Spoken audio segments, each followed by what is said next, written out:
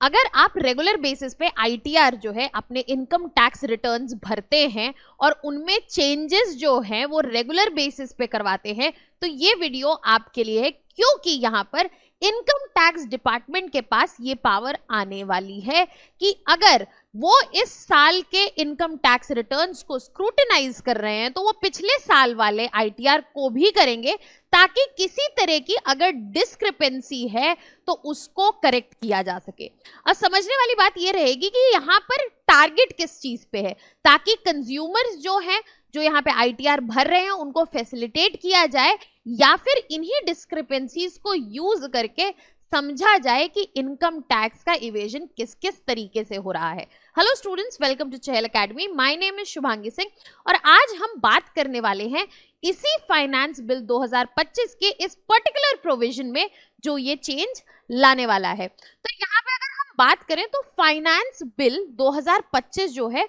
उसमें ही प्रपोज किया गया एक अमेंडमेंट एक स्पेसिफिक सेक्शन के लिए, that is section 143 clause A. किसका है ये सेक्शन? ये सेक्शन है इनकम टैक्स एक्ट का, और इसमें चेंज लाने की बात की गई है। अब ये जो चेंज है वो किस चीज के लिए कि यहाँ पे जो स्क्रूटनी होगी आईटीआर की, जो इनिशियल स्टेजेस पे यहाँ पर जब आप आईटीआर फाइल करते हैं तो यहाँ पे अथॉरिटीज जब उसे स्क्रूटनाइज करती हैं तो उसे क्लियरली समझने के लिए वो आपके पिछले साल की आईटीआर को भी देखेंगे। और यहाँ पर ये जो काम किया गया है वो इसलिए किया गया ताकि एक क्लियर कंपैरिजन देखने को मिले और उससे यहाँ पे इनकम टैक्स डिपार्टमेंट के ऑफिशियल्स की स्क्रूटनी जो है वो ढंग से हो पाए। और इसके रिगार्डिंग इनकम टैक्स डिपार्टमेंट ने कि हम ये जो अमेंडमेंट ला रहे हैं उससे पब्लिक कैसे इंपैक्ट होने वाली है, उन्होंने अपनी वेबसाइट पे ऑलरेडी फ्रीक्वेंटली आस्क्ड क्वेश्चन में एक सेक्शन बना दिया है जिसमें आपके अगर कोई कंसर्न्स हैं जो इस वीडियोस में आंसर नहीं होते आप वहां पे जाके देख सकते हैं। अब यहाँ पर इसके दो पर्पसेस हैं। सबसे पहला पर्पस है कि टैक्स पेयर जो है वो कंप्लाई करे, मेक श्योर करे कि उसकी जो इनकम टैक्स रिटर्न्स हैं आईटीआर हैं वो प्रॉपरली फिल्ड है और वो प्रॉपरली कंप्लाई करे, ताकि उनके इनकम टैक्स के जो असेसमेंट्स होते हैं उनमें किसी तरीके का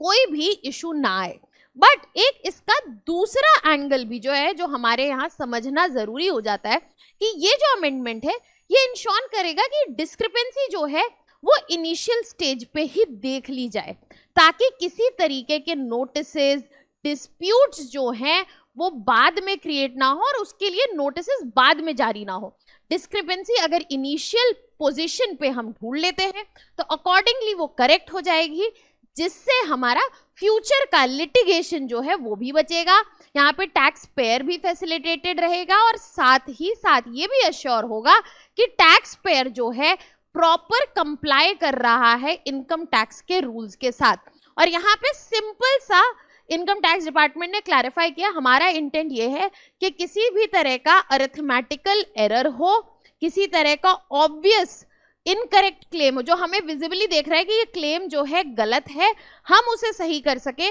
ताकि एक एक्यूरेसी मेंटेन हो और साथ ही साथ कंप्लायंस हो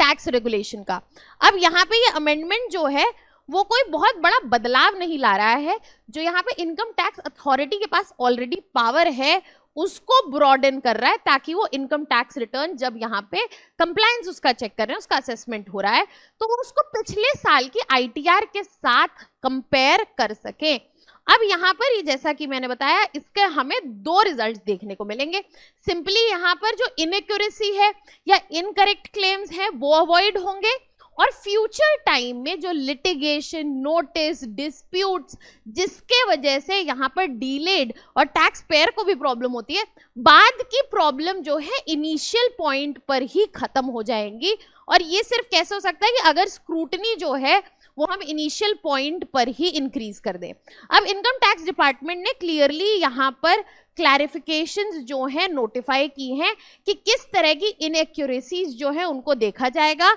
और कंपैरिजन में यूज किया जाएगा पिछले साल की आईटीआर से। और ये रिव्यू जो होगा वो क्या क्या इंक्लूड करेगा वो भी स्पेसिफाई किया गया। उन्होंने बोल दिया है कि कोई भी रिपोर्टेड इनकम हो, एसेट डिस्क्लोजर हो, कैरी फॉरवर्ड लॉसेस हो, बिजनेस या प्रोफेशनल डिटेल हो, और ऑडिट रिपोर्ट की जो स्पेसिफिक्स हैं यही चीजें जो हैं हम कवर करेंगे। और सिर्फ वो डिस्क्रिपेंसीज जो आपकी इनकम को इफेक्ट करती हैं या लॉस को इफेक्ट करती हैं वो कंसिडर की जाएंगी during the understanding of your assessment. और यहाँ पर ये सिर्फ टैक्स पेयर्स के लिए नहीं है, ये टैक्स अथॉरिटीज के लिए भी है, ताकि यहाँ पे जो ओवरऑल सिस्टम है वो फोकस करे proper appropriate accurate tax assessment पर। यहाँ पर ये जो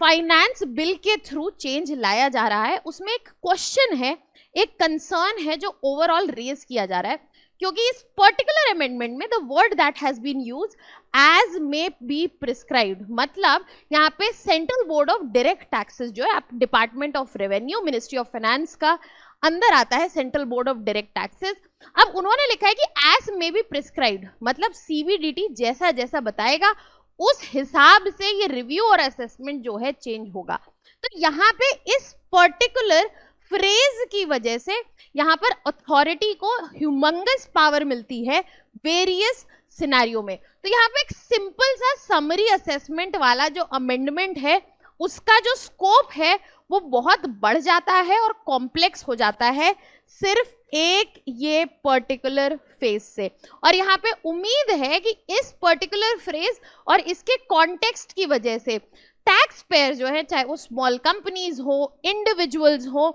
जिनके पास एडवांस टैक्स एक्सपर्टीज नहीं है, उनको यहाँ पर काफ़ी प्रॉब्लम फेस करनी पड़ेगी। तो ज़रूरत है कि ये फाइनेंस बिल जहाँ हमारे टैक्स एक्यूरेसी को बढ़ाने वाला है, बट वहाँ पे टैक्स पेयर्स जो इस वक्त एडवांस टैक्स नॉलेज नहीं रखते हैं, टैक्स एक्सपर्टीज नहीं रखते हैं, उनको कैसे हेल्प करेगा, इस पर भी फोकस करना ज़रूरी है। क्योंकि ये अभी एक सिर्फ मात्र फाइनेंस बिल है, ये इंट्रोड्यूस करा जा चुका है लोकसभा में। However after being approved by Lok Sabha, at present ये बिल जो है वो राज्यसभा के पास है अप्रूवल के लिए। अगर ये बिल पार्लियामेंट से पास हो जाता है तो ये एक एक्ट बनेगा। जैसे ही यहाँ पर प्रेसिडेंट सिग्नेचर इस पर्टिकुलर बिल को अप्रूव होंगे और ये अमेंडमेंट जो है अप्रैल 1, 2025 से हमारे असेसमेंट ईयर पे इफेक्ट होने लगेगा। यहाँ पर ऐसा जैसा कि मैंने कहा फोकस किस चीज पे है, टैक्स पेयर और टैक्स अथॉरिटीज को फैसिलिटेट करने के लिए, टैक्स पेमेंट्स, टैक्स असेसमेंट को एक्यूरेट और बेहतर बनाने के लिए। बट यहाँ पे कुछ ऐसे लूप होल्स हैं जिन्हें कंसिडर करना बहुत जरूरी है, सिर्फ टैक्स पेयर के टर्म्स में नहीं बल्कि टैक्स अथॉरिटीज के टर्म्स में भी। That was all from my side, thank you so much.